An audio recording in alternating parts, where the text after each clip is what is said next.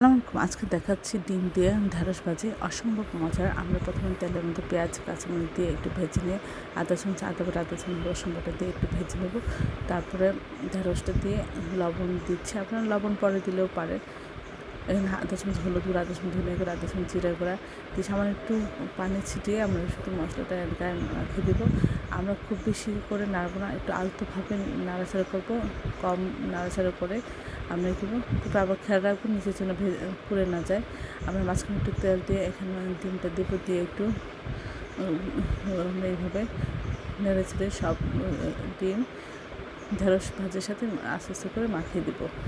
এটা খেতে যে কতটা মজা, আপনারা একবার এই রেসিপিটা ট্রাই করলে বুঝতে পারবেন। এটা অসাধারণ হয়েছিল। সব আমার চ্যানেলটি লাইক করুন, শেয়ার দেবেন, সাবস্ক্রাইব করবেন এবং এই ধরনের সময় শুধু ভিডিও পাওয়ার জন্য আমার চ্যানেলটি সাবস্ক্রাইব করে প্রয়োজনকে বেশি বেশি করে শেয়ার দেবেন। আর আমার চ্যানেলে সব রকমের রান্নার রেসিপি রয়েছে, আশা করি সেগুলি দেখবেন। আর এই অসাধারণ রেসিপিগুলি বাসায় একবার হলে ট্রাই করবেন। সব আমার চ্যানেলটি সাবস্ক্রাইব করে চ্যানেলের পাশে থাকবেন।